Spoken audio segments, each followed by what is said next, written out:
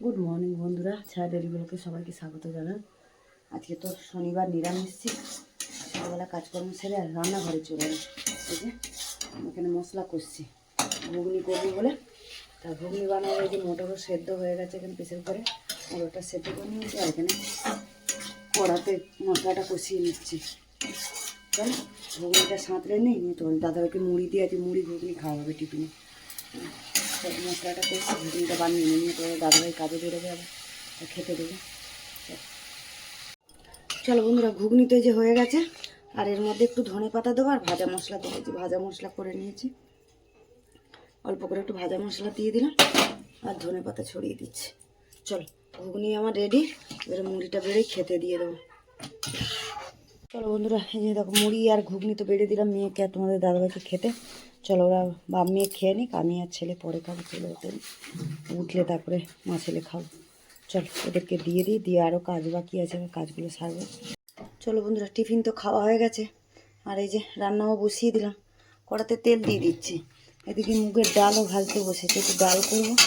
আর এখানে করবো যে সজনে ফুল দিয়ে আলু বেগুন দিয়ে একটু চচ্চড়ি করবো, বাঁধাকপি করবো আর ডাল বানাবো। তবে ডালটা তো ভাজতে বসিয়ে দিয়েছি, এদিকে কড়াতে তেলও দিয়েছি। আগে চচ্চড়িটা করে নিই। সজনে ফুলে চচ্চড়িটা সেরকম কিছু লাগে না, একটু শুকনো লঙ্কা 5 ফোড়ন দেবো, দিয়ে আর বসিয়ে দেবো। এটা তো কিছু লাগে না মশলা। চল একটুখানি এই যে তেলের মধ্যে 5 ফোড়ন দিয়ে দিলাম, এটা শুকনো লঙ্কা দিয়ে দিই। ফোড়নটা ভেজে নিলাম, নিয়ে আর এই যে আলু বেগুন দিয়ে দিলাম, দেবো কাঁচা লঙ্কা দিয়ে দেবো, সারা কিছু দেবো। এদিকে ডালটাও ভাজা হয়ে গেছে, সেদ্ধ বসিয়ে দিয়েছি। চলো বন্ধুরা, শুধু সজনে ফুলের চচ্চড়িতে হয়ে গেছে, নাবিয়ে দিয়ে একদম শুকনো শুকনো হয়ে গেছে। আর এদিকে ডালও সেদ্ধ হয়ে গেছে। এদিকে ডালটা প্রেসারে দিলাম না, কড়াতেই সেদ্ধ করলাম। ডালও সেদ্ধ হয়ে গেছে, ডালটা ফোড়ন দেবো। চলো এটা নাবিয়ে, চলো বন্ধুরা সজনে ফুলের চচ্চড়িটাতে নাবিয়ে নিলাম, নিয়ে আর এই যে ডাল ফোড়ন দেবো বলে ডালটা সেদ্ধ হয়ে গেছে, ওখানে রেখে দিয়ে এই কড়াতে আমি ফোড়নটা দিয়ে দেবো। জিরে তেজপাতা ফোড়ন দিয়েছি, ফোড়নটা ভেজে নিয়েছি। একটুখানি আদা দিয়ে ডালে তো একটু আদা দিলে ফোড়নে ভালো লাগে ডালটা টেস্টটা। আদাটা একটু তেলের মধ্যে নেড়ে নিয়ে ডালটা ঢেলে দেবো। চল ডালটা ঢেলে দেবো।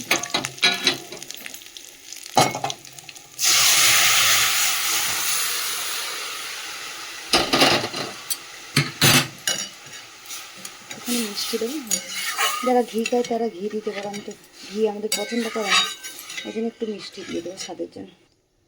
চলো বন্ধুরা, ডালটা তো নাবিয়ে দিলাম, এই যে কড়াতে তেল দিয়ে দিয়েছি, ফোড়নে দিয়ে দিলাম যে জিরে তেজপাতা ফোড়ন দিলাম, দিয়ে এবারে আলুটা দিয়ে দেবো।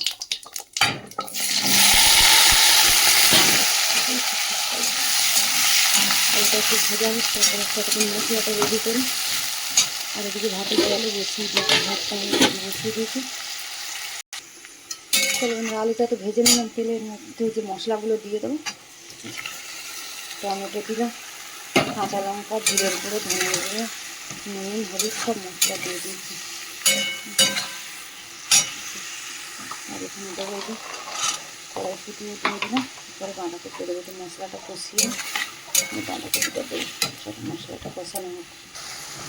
সব মশলাটা কষানো হয়ে গেছে, পরে বাঁধাকপিটা দিয়ে দেবো। বাঁধাকপি ধুয়ে জল দিয়ে জল ঝরাতে দিয়েছিলাম, কড়া ভর্তি হয়ে গেছে, কমে গেছে, জল বেরোলে কমে যাবে। চলো বন্ধুরা, এদিকে তো ভাতটাও হয়ে গেছে, ফ্যান ঝেড়ে নিলাম। আর এদিকে বাঁধাকপিটাও হয়ে গেছে, একদম শুকনো শুকনো করে নিয়েছি। এর মধ্যে একটু ধনে পাতা দিই আর নাড়িয়ে নেব।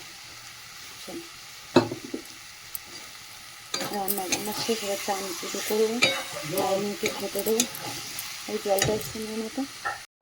চলো বন্ধুরা, রান্নাবান্না সেরে তো চান করে পুজো করে এলাম, আর তোমাদের দাদাভাইকে খেতে দেবো। আর মেয়ের খাওয়া হয়ে গেছে, পড়তে যায়, বেরিয়ে যাচ্ছে। আর এই যে গরম গরম ভাত, এখানে সজনে ফুলের চচ্চড়ি করেছি আলু বেগুন দিয়ে, বাঁধাকপির তরকারি, আর এই যে মুগের ডাল। আজকে তো নিরামিষ এই রান্নাবান্না। চলো আজকে ব্লগটা তাহলে এখানেই শেষ করছি, দেখা হচ্ছে পরের ব্লগে। চলো টাটা।